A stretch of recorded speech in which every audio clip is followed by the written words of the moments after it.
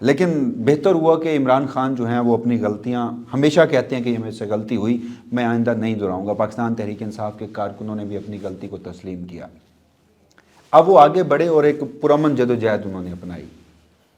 اس پرامن جدوجہد میں یہ سمجھتا ہوں کہ گزشتہ روز جو تھا وہ اس جو مسلسل جدوجہد ہے اس میں ایک اور مبارک قدم تھا۔ اس کی وجہ یہ تھی کہ کارکن پرامن تھے، ریاست نے ان کے اوپر جنگ چھیڑ دی، کارکن پاکستان تحریک انصاف کے بلکہ عوام پاکستان مزاحمت کا استعارہ بنی، ریاست اور حکومت اور اسٹیبلشمنٹ شکست کی نشانی ہمارے سامنے، فرسٹریشن کے اظہار میں یہ سب کچھ کیا گیا۔ لیکن صرف رنجیدہ اس بات پہ ہم ضرور ہیں کہ اس سب کا ایک اور مبارک قدم جسے میں کہہ رہا ہوں، اس کا نشانہ ہماری کئی قیمتی جانیں بنی پاکستانی عوام، اور پھر ان کا تمسخر اور مذاق بھی اڑایا جا رہا ہے، ان کے جو اس قربانی ہے اس کو ریگارڈ بھی نہیں کیا جا رہا۔ میں نے بہت لمبی تمہید باندھ دی، میں آپ کی جانب آؤں گا، صرف 1 منٹ آپ کا درکار ہے۔ گزشتہ روز جو کچھ ہوا، ایک بات ہم بار بار کہتے رہے کہ دیکھیے یہ اگر آپ اس پہ بات کریں گے نا تو ابھی بہت آسان ہے، ریاست جس وقت تمام ٹی وی چینلز کے ساتھ مل کر ایک پروپیگنڈا کر رہی ہے، آپ کو بھی جوڑ دیا جائے گا پاکستان تحریک انصاف سے، کیونکہ میرے نزدیک یہ عوام پاکستان پہلے ہیں، پاکستان تحریک انصاف کے کارکن بعد میں ہیں۔ میرے نزدیک یہ پرامن، نہتے، محب وطن، امن پسند، آئین پسند، قانون پسند، کوئی بھی جو پازیٹیو ایک جیسچر ہے وہ لے لیں، اس کی یہ نشانی تھے یہ لوگ۔ تو میں بطور صحافی، وہ فیض احمد فیض صاحب بہت عرصہ پہلے کچھ لکھ کے گئے تھے، وہ جب میں نے کل پڑھا تو مجھے بہت ریلیونٹ نظر آیا۔ جو لوگ زخمی ہوئے، جو لوگ شہید ہوئے، ان کے نام کہ انہوں نے جمہوری بالادستی کے لیے، ہم بول رہے ہیں، ہمیں لگتا ہے کہ شاید ہم غلط بھی ہوں، لیکن ہم اپنے حصے کا جو کردار ہے وہ بول کر، رپورٹ کر کے آگاہ کر رہے ہیں اس گھٹن زدہ ماحول میں، کہ جہاں پر بولنا بھی بہت بڑا جرم ہے۔ ریاست کے خلاف اگر آپ بولیں گے تو آپ کو غدار بھی تصور کر لیا جاتا ہے، اور گائے بگائے ہم اس کی سختیاں بھی جھیلتے رہتے ہیں۔ تو کیونکہ میں خود اور آپ اگر ہم جمہوری بالادستی چاہتے ہیں تو جن لوگوں نے جمہوری بالادستی کے لیے اپنی جانیں دی ہیں اور اپنی زندگیوں کو خطرے میں ڈالا ہے، تو فیض احمد فیض صاحب کہہ گئے تھے کہ ہم دیکھیں گے، لازم ہے کہ ہم بھی دیکھیں گے وہ دن کے جس کا وعدہ ہے جو لوح ازل میں لکھا ہے، جب ظلم و ستم کے کوہ گراں روئی کی طرح اڑ جائیں گے، ہم محکوموں کے پاؤں تلے یہ دھرتی دھڑ دھڑ دھڑکے گی، اور اہل حکم کے سر کے اوپر جب بجلی کڑ کڑ کڑکے گی، جب عرض خدا کے کعبے سے سب بت اٹھائے جائیں گے، ہم اہل صفا مردود حرم مسند پہ بٹھائے جائیں گے۔ پھر وہ کہتے ہیں کہ بس نام رہے گا اللہ کا، جو غائب بھی ہے حاضر بھی، جو ناظر بھی ہے منظر بھی، اٹھے گا ان الحق کا نعرہ، جو میں بھی ہوں جو تم بھی ہو، اور راج کرے گی خلق خدا، جو میں بھی ہوں جو تم بھی ہو، لازم ہے کہ ہم دیکھیں گے۔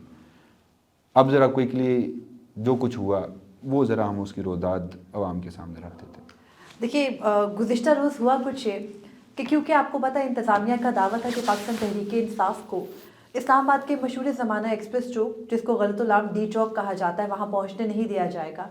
تو اس دعوے کے برعکس ہوا کچھ یہ کہ دن 1 بجے کے اراؤنڈ پاکستان تحریک انصاف کے چند سو ورکرز، ان کا مرکزی قافلہ پیچھے تھا، ان کے چند سو ورکرز تمام رکاوٹیں عبور کرتے، پولیس کو بھگاتے، تمام لا انفورسمنٹ ایجنسیز کو بھگاتے ڈی چوک پہنچ گئے۔